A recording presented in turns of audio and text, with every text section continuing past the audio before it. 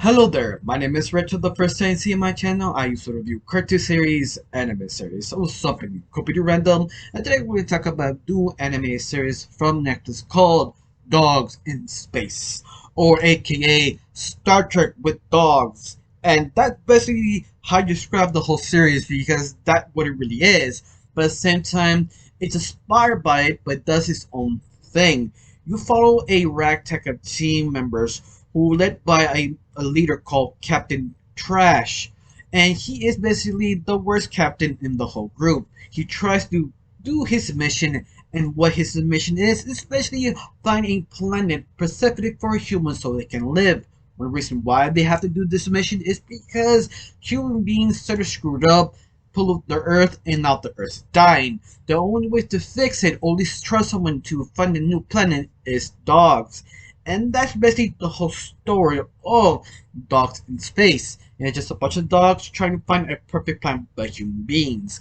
But a little bit they actually catch the soul of Star Trek because this one is sort of really heavily inspired because there's some episodes they try to kind of make you think, other episodes just having fun and just see what crazy adventures they get into.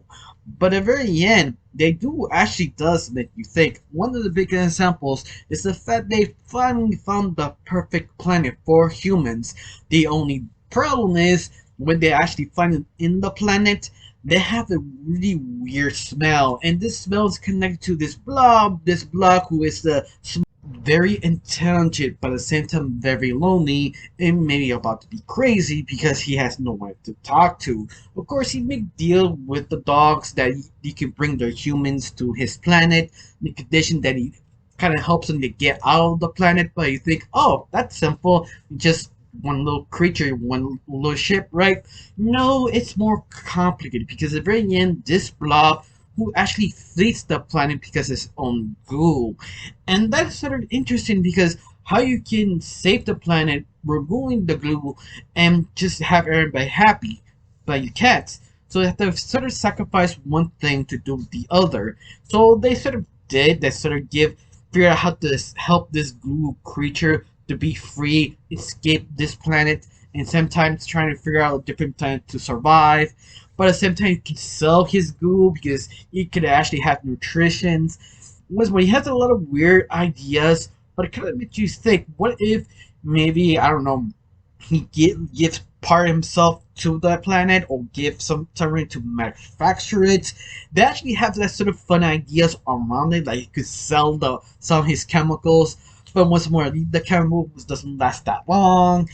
It's an interesting idea. We have other episodes very similar but completely different. It's one that they found a sort of a high species kind of plants who can save planets, but they sort of convince them to give them their seed. This seed can save the planet, but they reject the dogs for one simple reason because they think the human beings are locusts and they ruin the planet because of them.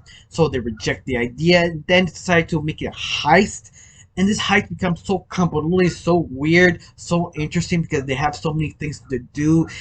But the very end sort of leaves this question to a Captain Garbage that which you prefer, the human beings or your own crew, was the most important thing to do on that moment. And Captain Garbage is really assessed to saving the human race, but at the same time you look at it, this sort of worth saving the human race because we're the ones who ruined it.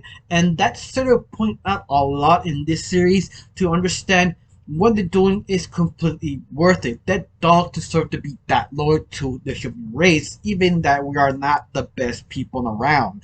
And that's sort of fascinating because they do have another character who have exact same point of view called Kira. She is sort of a kind of older character on the group that who was sort of abandoned by accident because they assumed she died. But over the years, she becomes this sort of hardcore badass who is sort of kind of tired of the human race that feels they portrayed her and getting garbage trying to convince her, but no, the human race is totally worth it. They're people who raised us and respect us and feed us, and that sort of duality with both two characters make the series sort of interesting. They don't focus on that much every single episode, but once in a while they do come back to it. That's sort of duality that what is the right thing to do? Just focus on the dogs, our human race, or what? And I think that's why I really did enjoy the series because it's that sort of ideas make the show very interesting. Also, it helps each character is very likable and very interesting. Like Captain Garbage, he's basically a very hopeful, unincompetent kind of dog who tries his best to do his thing, but he kind of fails constantly, and his own crew members sort of question him. But in the end, he does deliver his assignment, whatever he can do. You also have Akira, who is a sad little puppy that you just want to hug her and pet her in her head. But at the end, you kind of understand where she's coming from after you hear her backstory. You have other characters are completely weird and up there, like Ed, that could be the bender of the whole group who lies, cheats, and cons people, but at the same time, you want to hate this character, but at the very end, he's very useful for a certain cases of missions. And you can see other characters who are just sort of interesting to look at because of the character designs, and also to see what kind of portrayal they give this dog or this alien to see what else you could do a different point of view.